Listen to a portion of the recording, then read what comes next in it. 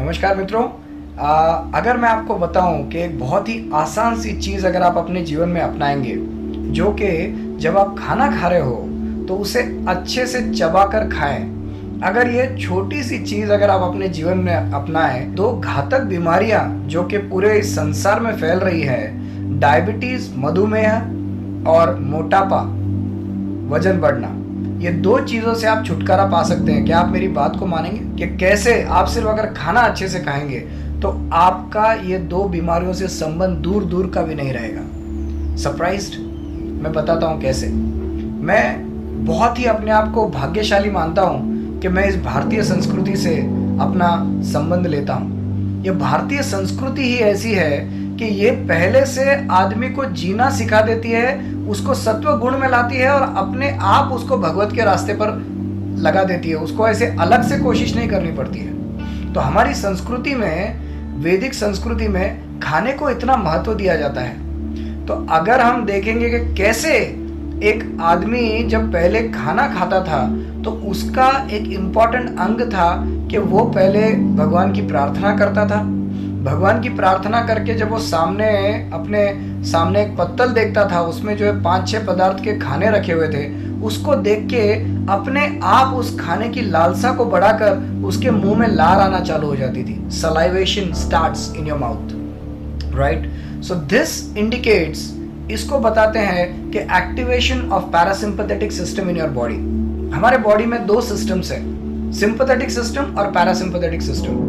तो जब हम खाने के लिए बैठते हैं तो हमारा पैरासिम्पथेटिक सिस्टम एक्टिवेटेड होना चाहिए। इसका मतलब है कि हमारा मन शांत होना चाहिए, हमारे इंद्रिय बिल्कुल शांत होने चाहिए और उन शांतता पूर्वक उस वातावरण में हमको खाना खाना चाहिए। आज हम खाना खाते हैं, 8:19 की लोकल पकड़नी है, 9:20 का ट्रेन पकड़ना है, मुझे एक 15 मिनट का लंच टाइम का ब्रेक मिला है, चलो जल्दी से हम खाना लेते हैं और खाना खाना चालू कर देते हैं। केवल इस चीज से इस पूरे विश्व भर में डायबिटीज और मोटापा का इसकी बहुत बढ़ोतरी हो रही है। तो मैं आपको बताऊंगा कैसे साइंटिफिक है कि अगर सिर्फ आप खाना अच्छे से चबा कर खाओ तो आपके बॉडी में कभी मधुमेह जैसी खतरनाक बीमारी और मोटापा जैसी जो घातक बीमारी है वो नहीं होगी। आज 4 में से 1 लोगों में डायबिटीज पाया जा रहा है। 1 out of 4 people have diabetes. If it increases to age above 65, 4 out of 10 people have diabetes. 10 में से 4 लोगों को डायबिटीज है। और मोटापा तो आज इतना बढ़ रहा है और इसके जो प्रॉब्लम्स है, कॉम्प्लिकेशंस है, it can cause blindness, it can cause stroke, it can cause heart attack, it can cause silent ischemia in your body, it can cause gut disorders in your body, it can cause kidney disorders.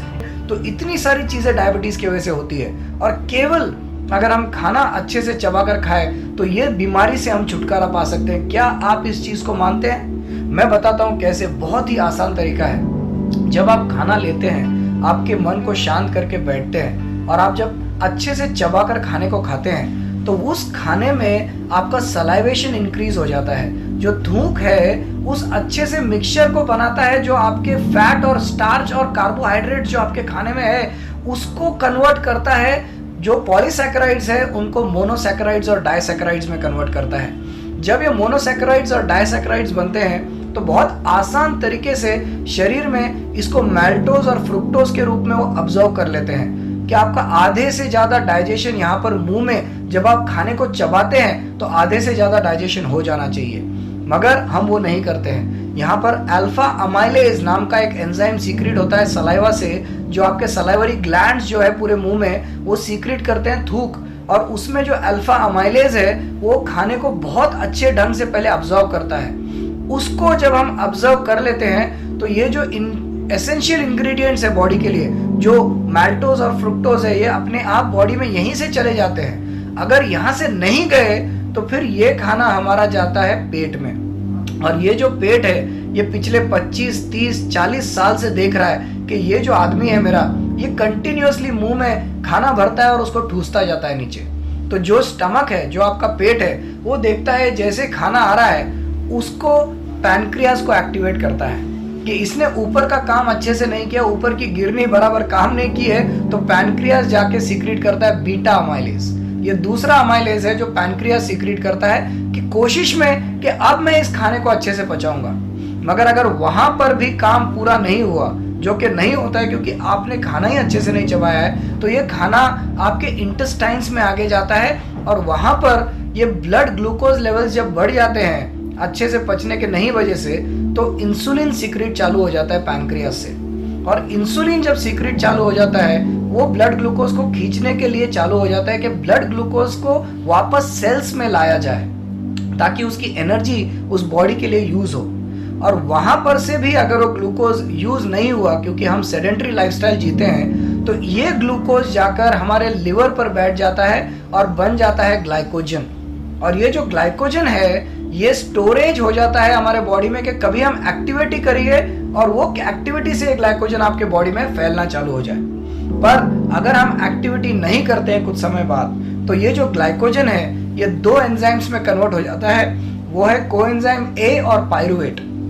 और ये जब convert हो जाता है coenzyme A CoA और pyruvate में, तो ये जाकर जब हम लिपिड प्रोफाइल करते हैं ना, तो जाके बन जाता है ट्राइग्लिसराइड्स। नॉर्मल जिसका 150 के अराउंड वैल्यू है, वो हमारे 250-300 जब बन जाते हैं, तो ये फैट सेल्स एक्यूमुलेट होते हैं और एडिपोज टिश्यू और कोलेस्ट्रॉल जो हमारी बॉडी में बढ़ना चालू होता है, तो तब जाके मोटापा आता है। और जब ये पैनक्रियास, जब हम खाना नहीं अच्छे से खा रहे हैं और कंटिन्यूअसली इंसुलिन सीक्रेट हो रहा है, कुछ समय के बाद में वो पैनक्रियास बोलता है, जो उसके सेल्स है islets of Langerhans, they get completely degenerated कि कितना इंसुलिन छोड़ेंगे हम, इसका खाना ही डाइजेस्ट नहीं कर पा रहे हैं। तो वो जो इंसुलिन है, जो सेल्स है उसके, जब वो डीजेनरेट हो जाते हैं तो वो इंसुलिन नहीं सीक्रेट कर पा जाते हैं और उसके बाद हम सोचते हैं कि हम एक्सटर्नल अभी गोलियां खाएंगे।